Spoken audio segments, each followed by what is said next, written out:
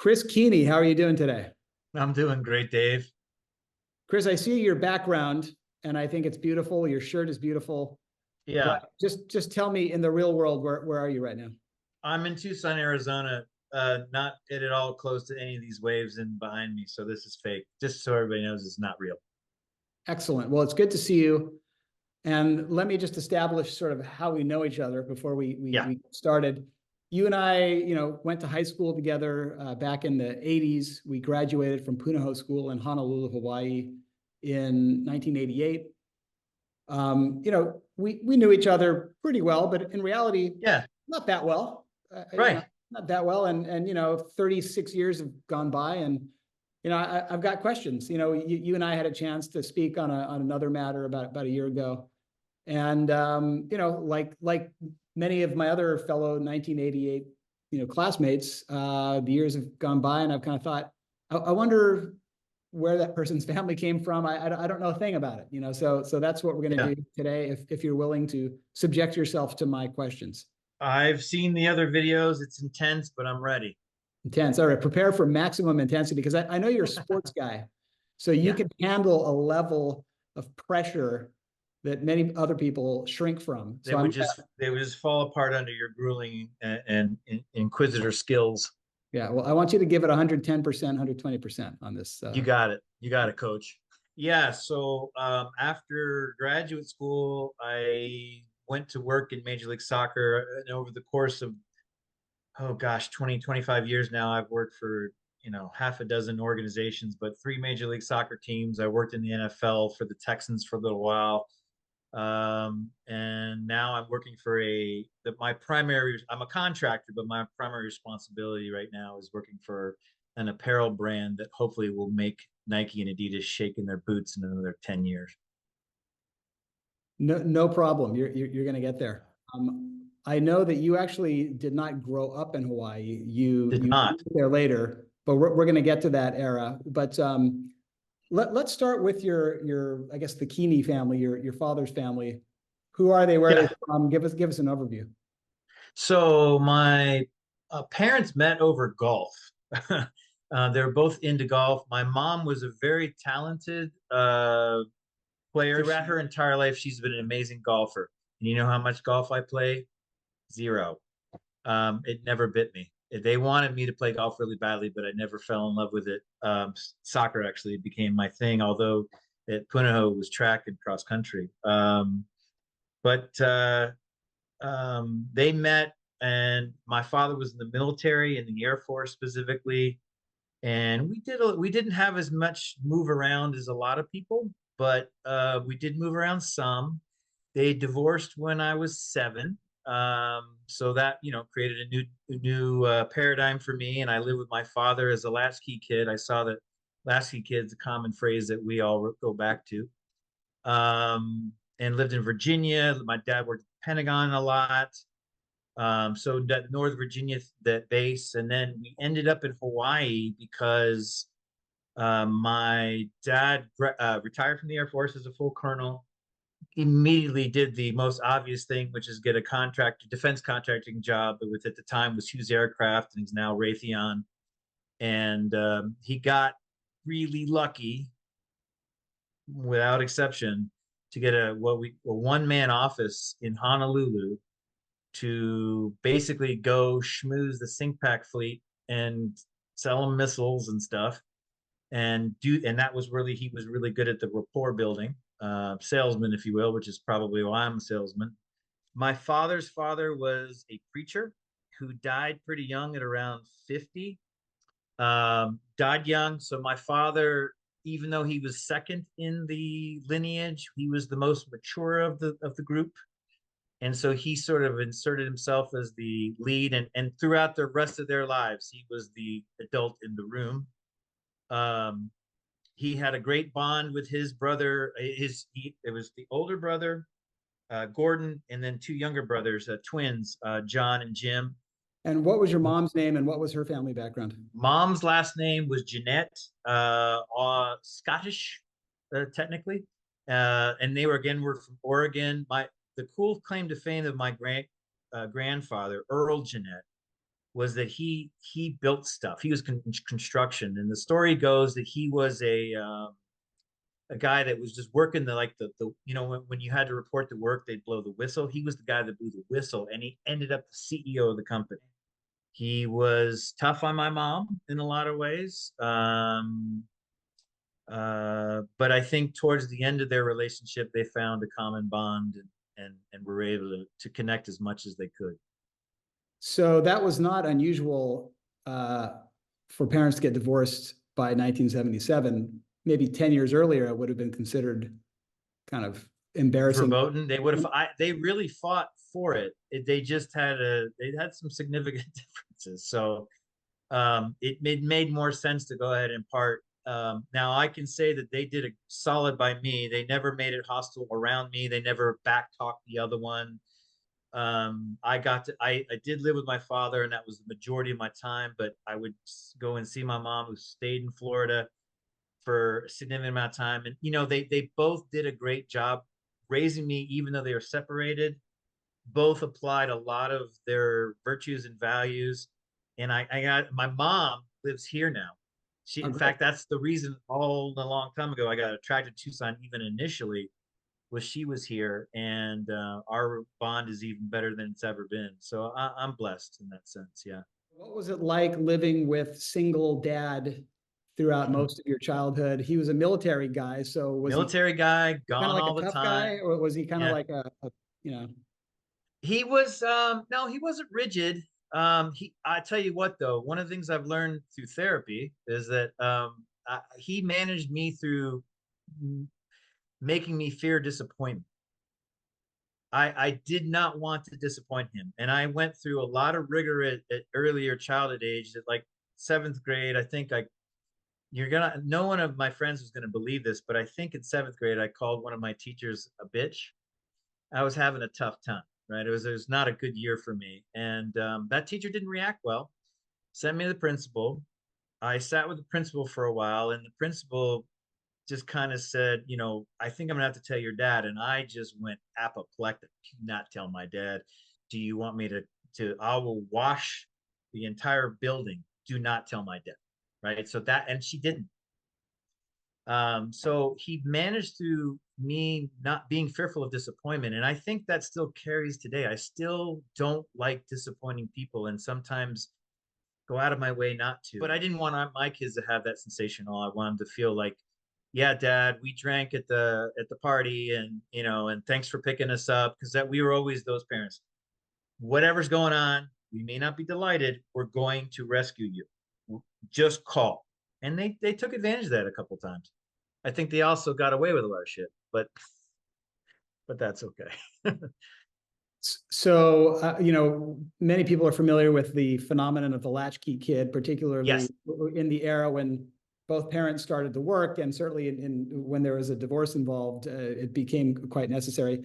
Can you paint a picture for us of what, you know, peak latchkey day was for you? Like what when you Yeah. So home, like what was it so like? when I lived in Springfield, Virginia, going to elementary school or junior high, he'd be gone before he'd wake me up.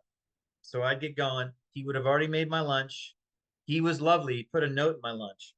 Tell me something new every day. Really cool. Um, but that'd be all prepared for me. And then I'd be out the door. I would walk to school, and the distance wasn't irrelevant. I mean, it wasn't too far, but it wasn't short either. But I'd get to school, I'd do school, come back, got my key, let myself in. I would oftentimes, I started making dinner. I learned how to bake and, you know, Bisquick and stuff. And so I was self-sufficient at a pretty early age. What would your dad make you for lunch?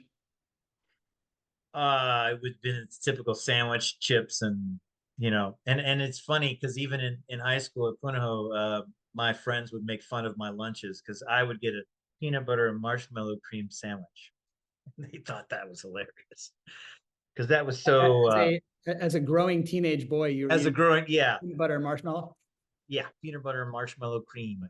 And I was fortunate that we lived in a neighborhood where there was a house across the street with four kids, and it was like family for me. The kids across the street in particular, I'm still close with. I don't know if that happens anymore, because even in the neighborhoods I've been in the last several years, I barely know anybody in the neighborhood. And I don't know if that's my fault or that's just the American condition.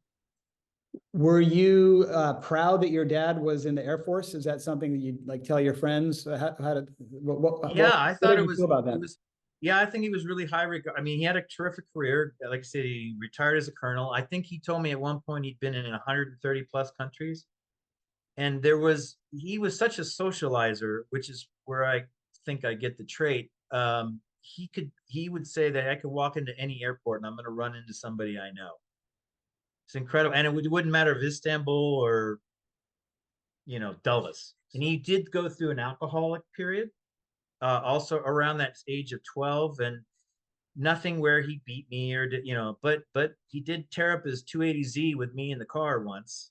We didn't wreck, but we destroyed the tires or something. And so, and I look back on that, we never really talked. He told me, and then I learned that I didn't want to be an alcoholic, which is why even in high school, if one of your questions is, did you party in high school?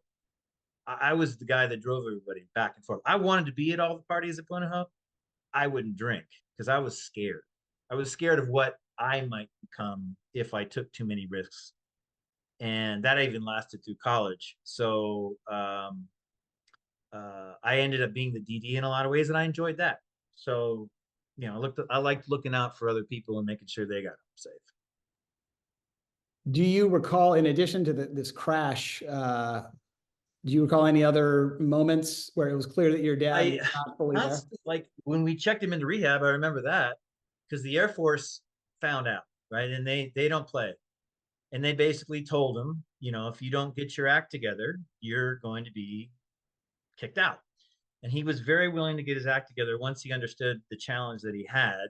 He was not, I want to say he was a social drinker that just kept going. So he was, he'd drink at night because a lot of the socials he was at, they would require it almost. And then in the morning, he was also having the mimosas every morning.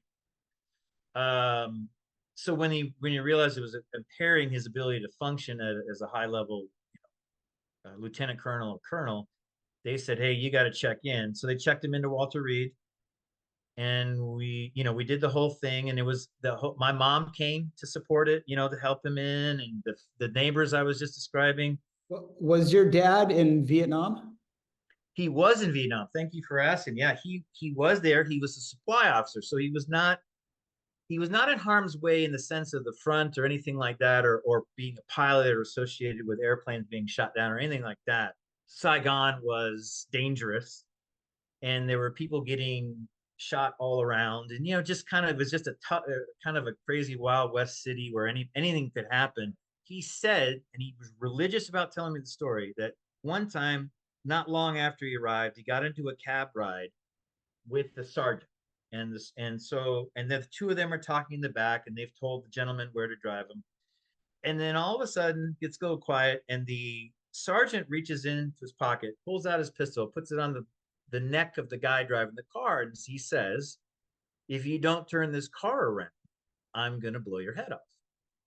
And my dad came to realize because he hadn't been there long, that the guy supposedly was driving him over the bridge to the enemy territory, maybe delivering poor, too drunk, GIs to the enemy. And apparently the guy turned around. So let's talk briefly about sports. Sports is a huge part of your life now, and it sounds like it was in high school as well with track and field. Where did love of sports come from? Was that your I guess obviously your mom was an athlete. Is that where it came from? My mom was an athlete, so there was always, and my dad was too. They were both athletes. My dad ran in college. He ran at Florida State University. I ran track and field at Florida State University. So that was another natural bridge for the two of us. So I grew up, but my first thing was soccer at 5 years old, just playing and part of the rec league in Virginia. That bug bit me hard. I was a decent runner. My dad was a runner, and this was starting as something I didn't even know about him, but then built up some knowledge and got pretty good. In Virginia, reasonable, but sports, awesome. I mean, I love it, and I live it and love it. Is my life. It's my career.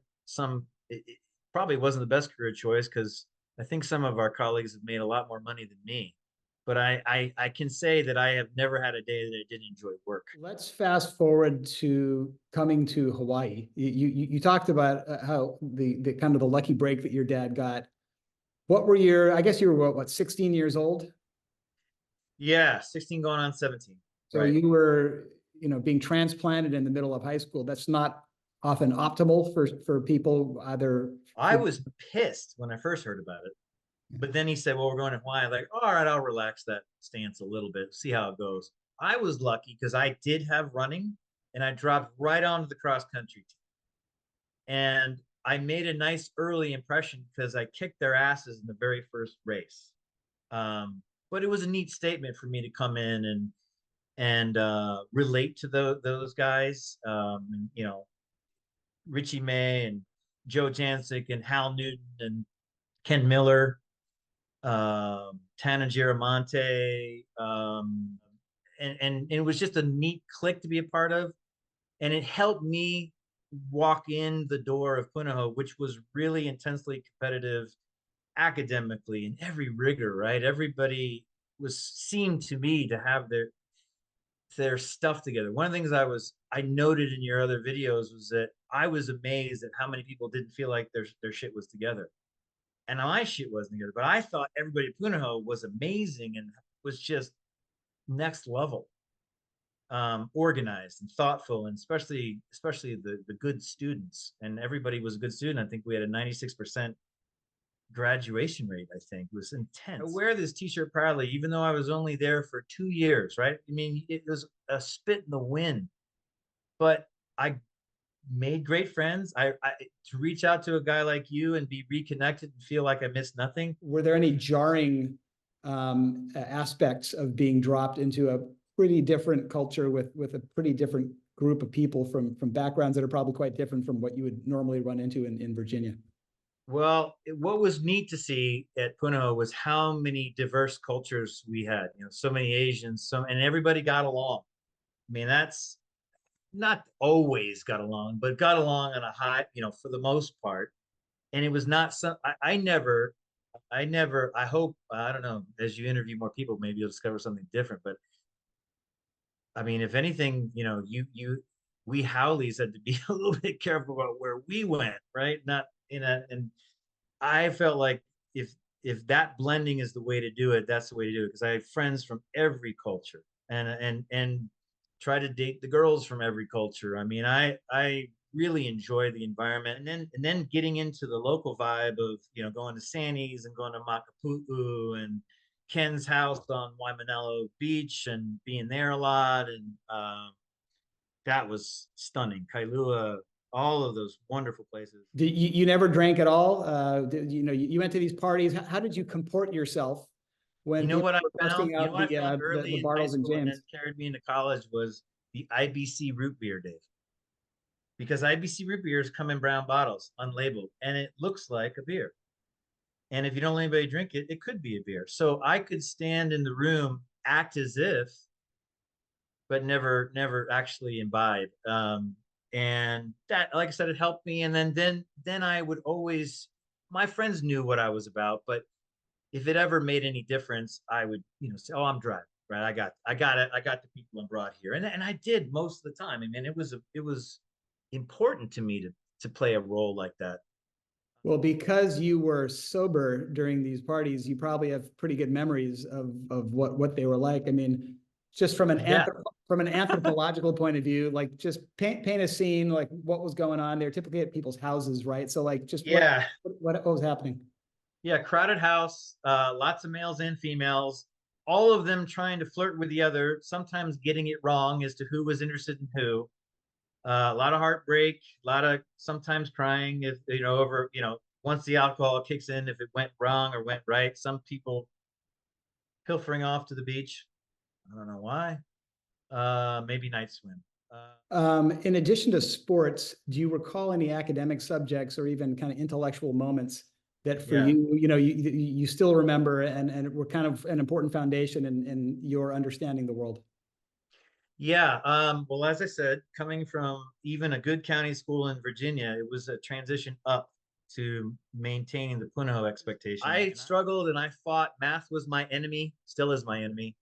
Um, Tom Metcalf was our counselor, but he was also the math teacher, right? And so he was really nice to me, and I think he tried to help because of his counseling sensibilities. Was a little kinder to me in math class.